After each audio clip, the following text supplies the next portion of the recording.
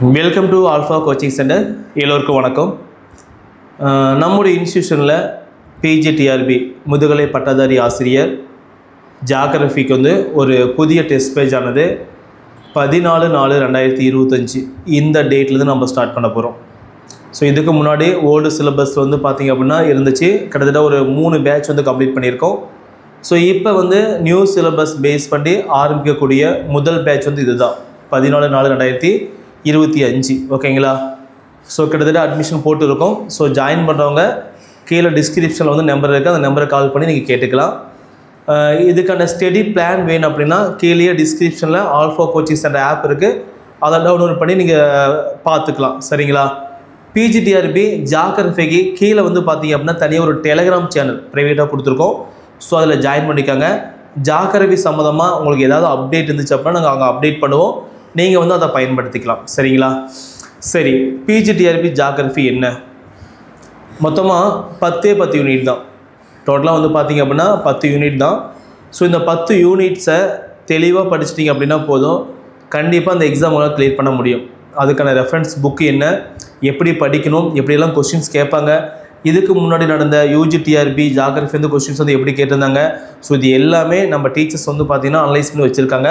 உங்களுக்கு கொஸ்டின்ஸ் பயங்கர ஸ்டேபிளாக இருக்கும். அவர் கொடுக்கக்கூடிய ஒரு யூனிட் அப்படின்னா கிட்டத்தட்ட 3 டெஸ்ட் அப்படின்னா ஒரு 330 கொஸ்டின்ஸ் பக்கம் வரும். ரிவிஷன் டெஸ்ட் அப்படின்னா கொஸ்டின் இன்க்ரீஸ் ஆகும். ஸோ கிட்டத்தட்ட ஒரு 500 கொஸ்டின் பக்கமே ஒரு யூனிட்டுக்கு வந்துடும். ஸோ அந்த கொஸ்டின்ஸை மட்டுமே நீங்கள் படிச்சுட்டு போனாவே இந்த எக்ஸாம் கிளியர் பண்ணிடலாம். ஓகேங்களா? ஸோ யூஜிடிஆர்பி எழுதணும் தெரியும். இப்போ என்ன அப்படின்னா யூஜிடிஆர்பி கொஸ்டின்ஸும் நம்ம ப்ரீவியஸ் டெஸ்ட் கொஸ்டின் கம்பேர் பண்ணி பார்த்தீங்கன்னாவே ஈஸியாக கண்டுபிடிச்சிடலாம். சரிங்களா? ஸோ உங்களுக்கு பிஜிடிஆர்பி ஜியாகிரஃபிக்கு மட்டும் டெஸ்ட் பேஜ் 14ஆம் தேதி ஸ்டார்ட் ஆகுது. ஸோ முன்னாடி ஜாயின் பண்ணி படிக்க ஆரம்பிச்சிருங்க. தமிழ், சைக்காலஜி, ஜிகே இதுக்கான டெஸ்ட் பேஜ் இருக்குது. ஸோ வேணும் அப்படின்னா அதுவும் நீங்கள் ஜாயின் பண்ணிக்கலாம். டைரெக்டாக ஆல்ஃபா கோச்சிங் ஆப்பே நீங்கள் பர்ச்சேஸ் பண்ணிக்கலாம். ஸோ இந்த டெஸ்ட் பேஜை பொறுத்த வரைக்கும் முழுக்க தமிழ் மீடியம் மட்டும்தான், இங்கிலீஷ் மீடியம் கிடையாது. முழுக்க தமிழ் மீடியம். உங்கள் ஃப்ரெண்ட்ஸ் யாராவது பிஜிடிஆர்பி ஜியாகிரஃபி படிக்கிறாங்க அப்படின்னா அவங்களுக்கு இந்த வீடியோ ஷேர் பண்ணுங்கள். ஓகேங்களா? ஏன்னா தமிழ் மீடியம் மட்டும்தான் இந்த டெஸ்ட் பேஜ் கண்டக்ட் பண்ணுறோம். கொஸ்டின்ஸ் பார்த்தீங்கன்னா அந்த அளவுக்கு அற்புதமாக இருக்கும். நாம் கேட்குற கொஸ்டின்ஸ் அப்படியே எக்ஸாமில் வரும். சரிங்களா? ஸோ இப்போ எழுந்து பிளான் பண்ணி படிச்சிங்க அப்படின்னா ஆகஸ்ட்டில் நோட்டிஃபிகேஷன், நவம்பரில் எக்ஸாம் அப்படின்னு சொல்லி டென்டேட்டிவ் சொல்லியிருக்காங்க. நம்பர் ஆஃப் வேகன்சி பார்த்தீங்கன்னா 1915 சொல்லியிருக்காங்க. ஓகேங்களா? ஸோ இப்போதான் நீங்கள் பிளான் பண்ணி அடிச்சிங்க அப்படின்னா அந்த வேகன்சியில் நீங்களும் ஒரு ஆளாக பாஸ் பண்ண முடியும். சரிங்களா? ஸோ பிளானு அதை கரெக்டாக எக்ஸிக்யூட் பண்ணணும். ரிசல்ட் வரத எது ஃபெயில் இருக்கோ அதை ஃபெயிலை பார்த்தீங்க அப்படின்னா திரும்ப நீங்கள் படிச்சிங்க அப்படின்னா அதை ரெக்டிஃபை பண்ணிடலாம். சரிங்களா? ஒரு யூனிட் எடுத்துக்காங்க, யூனிட்டில் இருக்கிற எல்லா சப் டாப்பிக்கும் படிங்க. கண்ணை மூடிட்டு சொல்லுவோம் பிஜிடிஆர்பி ஜியாகிரஃபியாக மொத்தம் 10 லெசன் என்ன, எல்லா லெசனோட பேரும் சொல்லணும். அந்த லெசனுக்குள்ளே கூடிய எல்லா சப் டாப்பிக்கும் சொல்லணும். ஒவ்வொரு சப் டாபிக் கீழே ப்ரீவியஸ் இயர் கொஸ்டின் பேப்பர் என்ன கேட்டிருக்காங்க அப்படிங்கிற டீட்டெயில்ஸு இது எல்லாமே உங்கள் கையில் இருந்துச்சு அப்படின்னா நீங்கள் எக்ஸாமில் ஈஸியாக பாஸ் பண்ணிடலாம். ஸோ அப்படி படித்தா மட்டும்தான் எக்ஸாம் கிளியர் பண்ண முடியும்.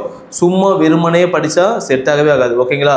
நீங்கள் ஸ்கூல் புக் படிக்கணும், அதை தாண்டியும் கொஞ்சம் படிக்கணும். தமிழ்நாடு பாடநூல் கழகம் அவங்க பப்ளிஷ் பண்ண புக்கையும் சேர்த்து படித்தா மட்டும்தான் உங்களால் எக்ஸாம் கிளியர் பண்ண முடியும். சார் நான் 6th-லேருந்து 12th வரைக்கும் கூடிய ஜியாகிரஃபி புக்கை மட்டும் படித்தா இந்த எக்ஸாமில் கிளியர் பண்ணலாமா அப்படின்னு பார்த்தீங்க அப்படின்னா ஓரளவுக்கு மார்க் எடுக்கலாம், ஆனால் நல்ல மார்க் எடுக்க முடியாது. ஓகேங்களா?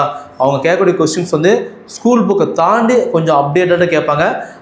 தமிழ்நாடு பாடநூல் கழகம் அவங்க பார்த்தீங்கன்னா நிறைய புக்கு பப்ளிஷ் பண்ணியிருப்பாங்க. அந்த புக்கை ரெஃபரன்ஸ் புக்கை வச்சு படிச்சிங்க அப்படின்னா நாம் எடுக்கிற கொஸ்டின்ஸே அங்கேருந்து எடுக்கும். ஓகேங்களா? ஸோ அப்படி படிக்கும்போது இந்த எக்ஸாம் உங்களால் ஈஸியாக கிளியர் பண்ண முடியும். சரிங்களா? So Tamil medium test page, geography இருக்குது, தமிழ் இருக்குது, அதுமாரி பார்த்தீங்க அப்படின்னா சைக்காலஜி இருக்குது, ஜிகே இருக்குது, எல்லாமே சேர்ந்து இருக்குது. ஸோ இப்போ படிக்க ஜாயின் பண்ணிக்காங்க.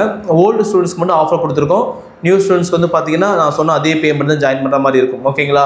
ஸோ மேற்கொண்டு வேறு ஏதாவது டவுட் அப்படின்னா கீழே வாட்ஸ்அப் லிங்க் இருக்குது, அதை கிளிக் பண்ணிக்குள்ளே நீங்கள் என்கொயரி பண்ணிக்கலாம். சரிங்களா? தேங்க்யூ.